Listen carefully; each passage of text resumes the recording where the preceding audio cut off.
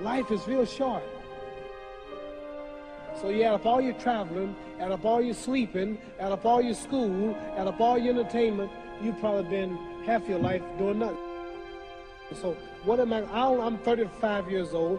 30 more years, I'll be 65. We don't have no more influence. We can't do nothing much at 65. Your wife will tell you that. So what I'm saying, when you're 65, ain't too much more to do. So did you know I'll be 65 in 30 more years? In those 30 years, I have to sleep 9 years. I don't have 30 years of daylight. I have to travel back to America, take 6-7 miles. All my traveling, probably 4 years of traveling in the next 30 years, about 9 years of sleeping, television, movies, entertainment, about 3 years of entertainment. Out of 30 years, I might have about 16 years to be productive. So it's how we can all break individual lives down. What am I gonna do in the next 16 years? What's the best thing I can do? Get ready to meet God. Owning real estate, going in business, teaching boxers, that won't get me to heaven. How many here believe there's a supreme being, believe there's a God? How many believe there's some power that made the sun, the moon, the stars? How many believe that this stuff didn't just come out here? Somebody wiser than us made it. How many believe that?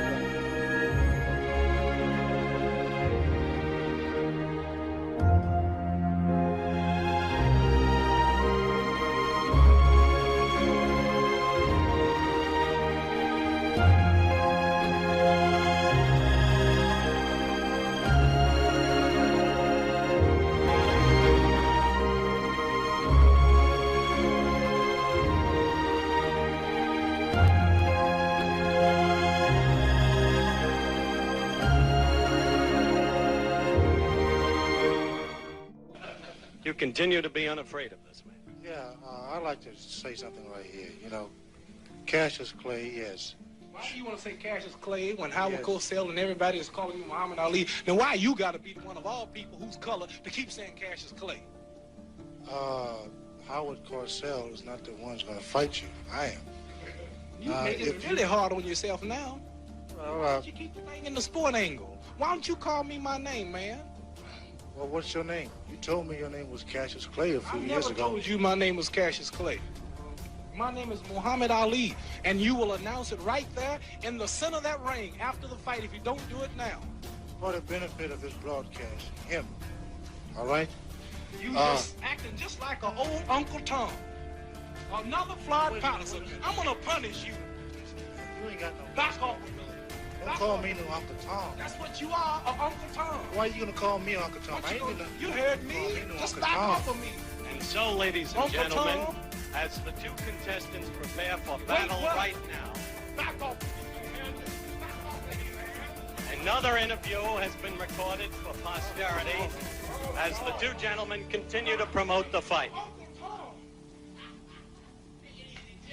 Perfect, that's it.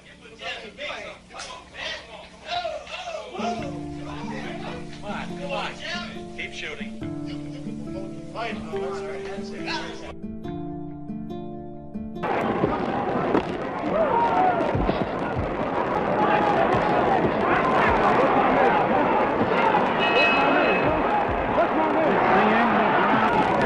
Knock him out, he should go in after. What's my name?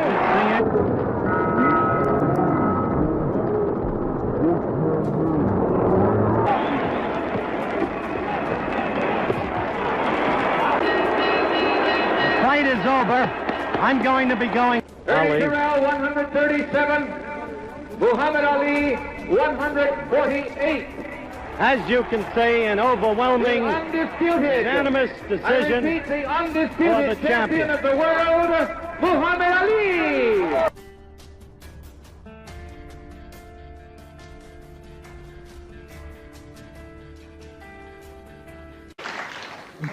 But I mean, you're a public figure, and you're one of those public figures who... Did you say nigger? No, I said a public figure. I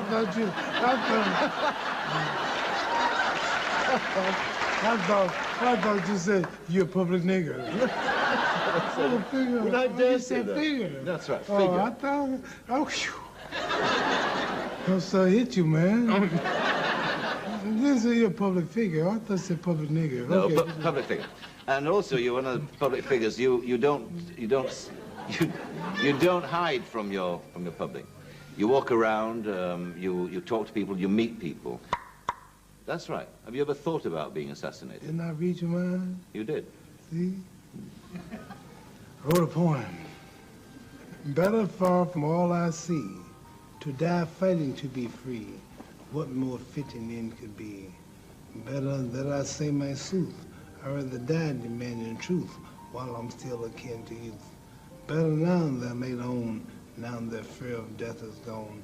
Never mind another dawn. If I get shot, or something happened to me, it'd have to be because somebody don't like me for what I believe and represent and think. Yes, sir. And I'd die for that.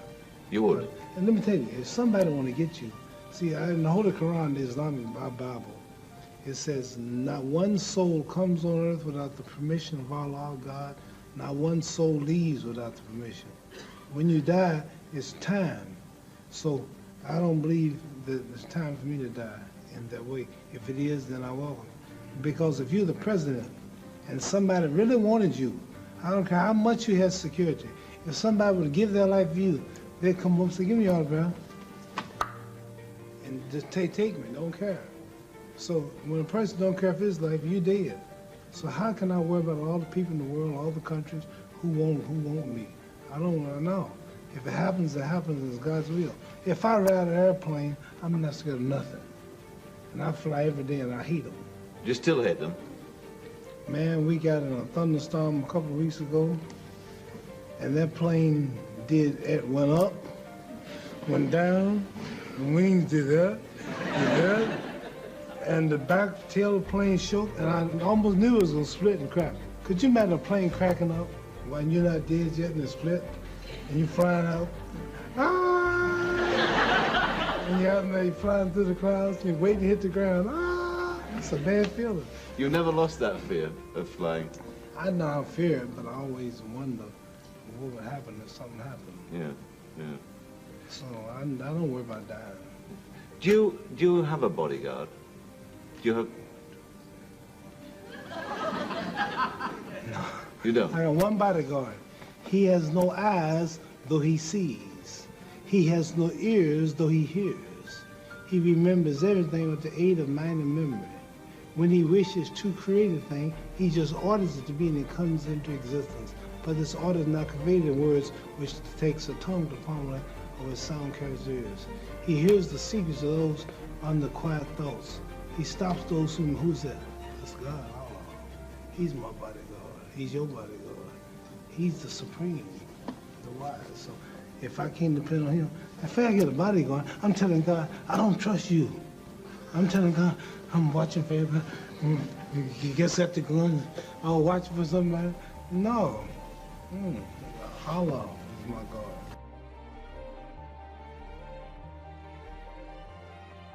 They took off their pants, they took off their miniskirts, they wear the long robes down, the headpieces, they're just like the Muslims in America, and they follow him through his word. So what I'm saying to you is what I have heard, what I'm saying, I don't know who I'm influencing until they themselves stand up. What's wrong with miniskirts? What's wrong with hot pants? I mean... Well, see, this is a European design thing, but righteous people, you go to Saudi Arabia and tell a woman to put on miniskirt. Go to Zaire, Africa, and have the women put on short dresses. They'd be fine, they're locked up. Go to Pakistan, or go to all throughout black Islamic Muslim countries. Number one, I have a wife and she's walking around with a skirt up to here, and then what's happening? Well, why do I want everybody to see her? What's the man, people looking and winking, they lusting for her, all kind of freaks and no good people on the streets. Why do I want my wife? She can't bend over because the panties show if the wind blow. Show the behind. Cows and animals and mules, human beings don't walk behind out. Savages walk around with their behinds out. And my wife's behind ain't for every man to look at. You understand? So it makes a lot of sense. So how can I protect my woman if I'm walking down the street, she's half naked and some sadist run up and grab her? Hell, I shouldn't have put out there. If I got merchandise I want to sell, I put in the window for you to see. So if I want my wife, why do I want everybody to see my wife? What's private? What's mine? Everybody looking at her. Which means what's wrong with it? How can you have a wife or somebody you love? Anything God made precious, nature hides it. You cannot find diamonds easy. You have to dig and dig and dig, and then you got to work to clean them. You cannot, you cannot find, listen, you cannot find gold. Everything God made valuable, He made it hard to get. Pearls, rubies, and ain't my oil. You have to dig, and half the time it don't strike. Everything God created that was valuable, He made it hard to get to. Ain't my woman more important than some diamonds and some oil and some gold when she's the field which produced my sons and daughters? Why should she walk around all nude in all of these design clothes? Her breasts is out. She's on the beach wearing clothes that show more than her panties when she go to bed. That's right. People don't just might as well come out with a brassiere on and her panties. She'd be more covered up than she do in the European style with just something covering up her nipple and just a little old G-string over, and she's walking out on the beach naked. These are savages. How am I have my daughter, my wife, or my woman walking around for her man? Ooh, look, I could do. Boy, if I could get to her. What I want that for? She's mine. What do you mean, what's wrong with walking around half naked? That don't look bad to you because you're of the European nature, and the black people are righteous. And the Europeans have made them unrighteous. But look, I mean, before you go on, there are lots of black tribes who nudity is their dress. They walk around naked. There's nothing wrong in that either. They don't look at it like you do, and I don't know enough about them. They were savages. They're not savages. Yes, there's some break. There's some. Well, we were all savages at one point. They were savages, and we don't style after them. You're talking about the ones who went out into the jungles and started living a beach-like life. We know all about the history of Africa and how it started and this and that, but there are the civilized people there too. And these are the ones we pattern. I want you two people to stand up and take a bow to show you how women dress and how my wife sure, dress that'd be interesting. Let's look at that. Because the sisters stand up who've been converted to our movement in America. They over here. This is where our women dress. Can we put the lights These are our women right here. Do that look bad to you? Ain't that beautiful? And that's the way the black woman should look. That's the way she should walk around. That's the way our women look. They are sisters who were converted through the Muhammad Speaks newspaper. These are thousands and thousands and thousands of women in America. In every city, you'll see this take place in the day. You understand? They're clean. They serve God, Allah. They don't serve some English clothes designer. They serve God, and they're proud of it. And what's wrong with that? You ask what's wrong with miniskirt? What's wrong with that? There's nothing wrong What with man that. wouldn't want his woman covered up? He can go to work knowing that she ain't somewhere flirting. Some man chasing down the street for her behind part. What's wrong with that? There's nothing wrong with it. Nothing. No. So there's something wrong with that, though, showing it all. I don't think there's anything wrong with it. You don't think there's wrong with it? No, not at all. You don't? Not at all. That's because you're white.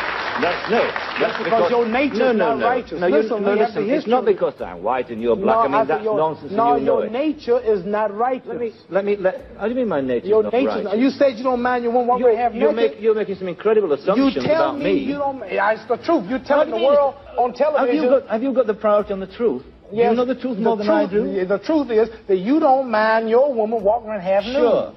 Sure. You don't mind it? No, of course not. Well, then that means you're not righteous. But look, let me put a point to you. Half nude? Let me put a point And you're a Christian, too? Let me put it... No, Christianity shouldn't be back there. I'm in fact a non-believer, if it comes to that. Oh, well, now I understand why, then. You're a non-believer. I'm sorry. Not at all. I'm sorry, you're a non-believer. You can't say just because if you're a non-believer in God, then I understand why you don't care about morals or nothing. I believe in my own kind of God, like a lot of people do.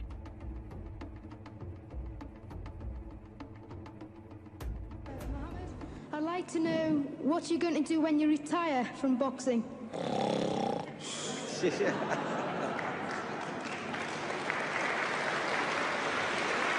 I think he's probably taking the last count at the moment. I'll do my best to wake him up Just for you. sleep. That's all I'm going to do. That's all he wants to do when he retires. Now, when I retire from boxing, I really don't know. I want to say something right here.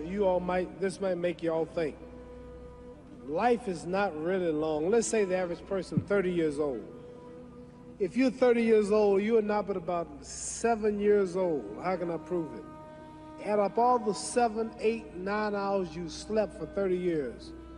Out of 30 years, add up all the nights, last night when you went to bed and woke up this morning, you don't remember a thing.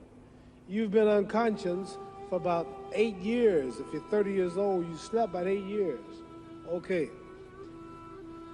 How much traveling have you done in 30 years? From the television station to home, to another country, to another city, to school, to church. You've probably traveled 2 years your life was spent just getting back and forth to where you're going. So there's 8 years of sleeping, 2 years of traveling. That's 30 years out of your life before you accomplish anything. How long do you sit in school? In America, we stay in school from the 12th grade from the 1st grade to 12th grade. Same here? Yeah, virtually. 6 hours a day? Yeah. 6 hours a day for 12 years, break it down, you sat in the classroom for 3 years without leaving. Okay, 2 years of traveling, 8 years of sleeping, 3 years of school. How many movies have you went to? How many wrestling matches? How much entertainment? How many movie theaters, live plays, baseball games? Probably 2 years of entertainment. So by the time a man, you older people know him, bear witness what I'm saying, by the time you have children, by the time you have made a way for your children, by the time you've paid for your home, you're pushing 60 years old. So life is real short. So you add up all your traveling, add up all your sleeping, add up all your school, add up all your entertainment, you've probably been half your life doing nothing. So what am I? I'm 35 years old. 30 more years, I'll be 65. We don't have no more influence. We can't do nothing much at 65. Your wife will tell you that. So what I'm saying, when you're 65, ain't too much more to do. So did you know I'll be 65 in 30 more years? In those 30 years, I have to sleep 9 years. I don't have 30 years of daylight. I have to travel back to America, take 6-7 miles. All my traveling, probably 4 years of traveling in the next 30 years, about 9 years of sleeping, television, movies, entertainment, about 3 years of entertainment. Out of 30 years, I might have about 16 years to be productive. So it's how we can all break individual lives down. What am I gonna do in the next 16 years? What's the best thing I can do? Get ready to meet God. Going in real estate, going in business, teaching boxers, that won't get me to heaven. How many here believe there's a supreme being, believe there's a God? How many believe there's some power that made the sun, the moon, the stars? How many believe that this stuff didn't just come out here? Somebody wiser than us made it. How many believe there's a God? How many believe there's not a God? All right. Believe there's not a God. All right. If I told you who don't believe in God, if I told you that this glass sprang into existence, this glass made itself, no man made this glass, would you believe it? Would you believe I just told you this thing made itself? No. When I tell you, you wouldn't believe it, right? No, somebody's doubting it, yeah, so I'm giving you the answer. That's she wouldn't believe it. If I told her this television station popped into existence, it just, no man made it, you said Muhammad Ali's crazy. All right. Well, if this glass can't make itself, if I told you those clothes you have on wove themselves, nobody created them, those clothes made themselves, you wouldn't believe it. But if your clothes didn't make itself, if that glass couldn't make itself, if this building didn't make itself, then how did the moon get out there? How did the stars and Jupiter, Neptune and Mars and the sun, how did nature, how did all this come here if didn't know why is something planning to make it? So what I'm saying is, I believe we're going to be judged. Should a man like Hitler kill all the Jews and get away with it? Somebody should punish him. Maybe he get it, don't get it now, he get it when he died, in hell for eternity. So what I'm going to do when I get out of boxing is to get myself ready to meet God, because my plane might blow up. Don't planes blow up in this country sometime and crash? Don't people die every day? Not every day. It's a scary thing to think that I'm going to hell and to burn eternally forever. So what am I going to do? I'm explaining what you asked me questions. You ask me questions, I can't just answer like that. When I get out of boxing or when I'm through, I'm going to do all I can to help people. That's why I'm here with Johnny Walker. Here's a poor man, came all the way to America. Here's a bunch of boys need some money, and somebody is calling me to help them. God is watching me. God don't praise me because I beat Joe Frazier. God don't give nothing about Joe Frazier. God don't care nothing about England or America as far as your wealth. It's all his. He wants to know, how do we treat each other? How do we help each other? So I'm going to dedicate my life to using my name and popularity, helping charities, helping people, uniting people, bring people bumming each other because of religious beliefs. We need somebody in the world to help us make peace. So when I die, if there's a heaven, I want to see it. Because we live how long? 80 years? The odds are everybody in this room, some of you are going to be dead 20 years from now, some of you are going to be dead 50 years from now, some are going to be dead 30, and some are going to be dead 60, 70 years from now. We all going to die soon. And if you live to be, say, 125 years old, which we don't do, right? Let's say we live to be 250, and you can have sex for 145 of those years. you're going to come to the end after that. So we don't have it about 80 years on earth. This is a test to see where will we spend our life in heaven and hell. This is not the life now. Your real self is inside you. Your body gets old. Some of you go to look at the fridge, you don't have no teeth. Your hair is leaving you. Your bodies get tired. But your soul and your spirit never die. That's going to live forever. So your body is just housing your soul and spirit. So God is testing us on how we treat each other, how we live, to see where our real home be in heaven. So this physical stuff don't last for so long. So my car, this building is going to be here when the man who built it dead. There have been many kings and queens of England. They're all dead. After this one is gone, another one will come. So we don't stay here. We're just trustees. We don't own nothing. Even your children are not yours. If you think I'm lying, your wife is not yours. You die and come back a year later and go slip in your bedroom and see if your wife is by herself. See, you don't own your wife. You don't own I divorced my wife. You may have read about it. And my 4 children, they call another man daddy now. They don't see me no more. You don't own your children. You don't own your family. So what am I saying? The most important thing about life is what's going to happen when you die. Are you going to go to heaven or hell? And that's eternity. How long is eternity? Let's imagine. Take the Sahara Desert. There's a lot of sand on the Sahara Desert, right? And then imagine that 1 grain of sand represents 1,000 years. And when you in hell burning, when you die and go to hell, you're going to burn forever and ever and ever, no end. How long is that? Give you an idea how long eternity is. Take the Sahara Desert, and I told you to wait 1,000 years. And every 1,000 years, I want you to pick up a grain of sand until the desert is empty. Okay, wait 1,000 years, pick up the first grain. Wait another 1,000 years before you get the next grain. Keep that up until there's no more sand in the desert. Whew. You know how long America's not but 200 years old. We got 800 more years to go before 1,000. So it just scares me to think that I'm going to die one day and go to hell. I'm on an airplane that might blow up. I'm always traveling. And to go to hell and God is going to judge my soul. The police, I might kill people. I might rob people. The authorities might not catch me. The FBI, Scotland Yard might not catch me. But when I die, somebody's watching me and keeping count. And I can't get away. And I'm going to burn forever and ever and ever. I'll go to heaven. So what am I going to do when I'm through fighting? I only have 16 years to be productive. Get myself ready to meet God and go to the best place. Does that make sense? Thank you.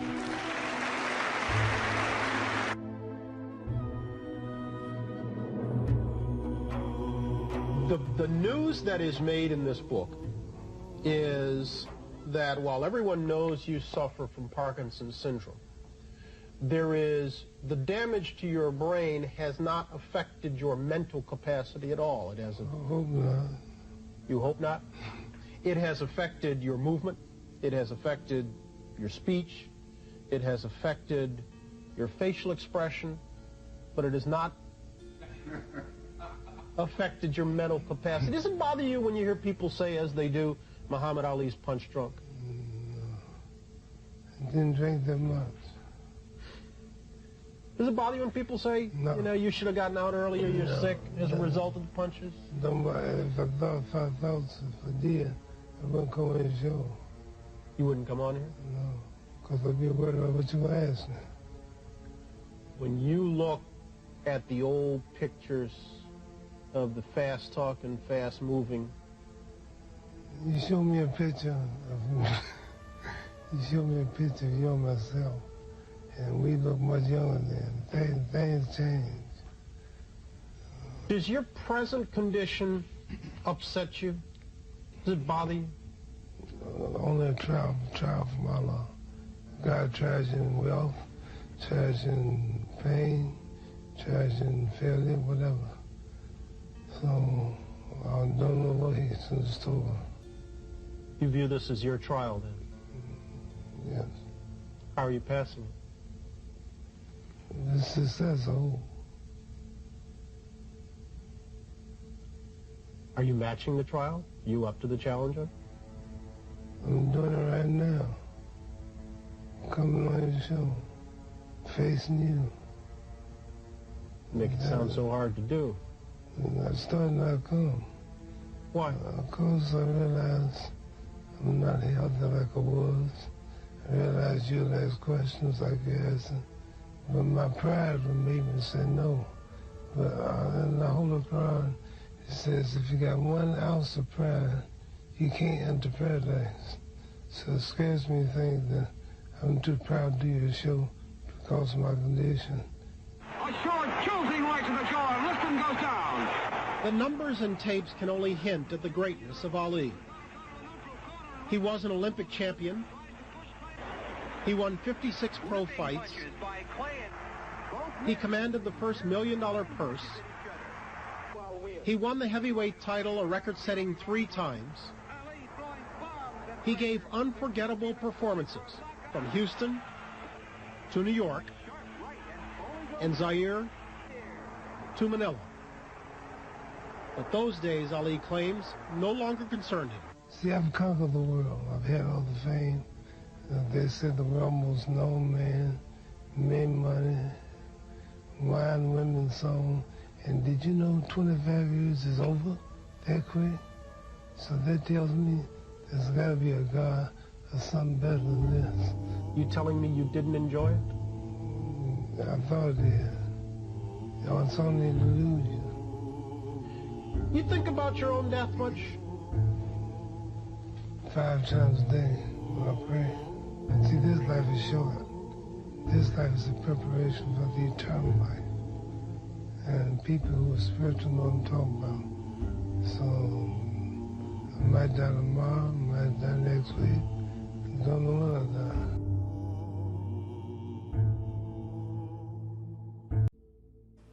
He didn't want his star on the sidewalk. Of the 2,500 stars on the Walk of Fame, Ali's is the only one which is actually up on the wall instead of embedded into the ground. It was a matter of religious conviction for the champ because his name was Muhammad. At the time he said, quote, "I bear the name of our beloved Prophet Muhammad, and it is impossible that I allow people to trample over his name." Today, fans of Ali lined up to take pictures with the star, a tribute not just to Ali's fame, but also to his uncompromising spirit. Even in Hollywood, Muhammad Ali refused to be anyone other than himself.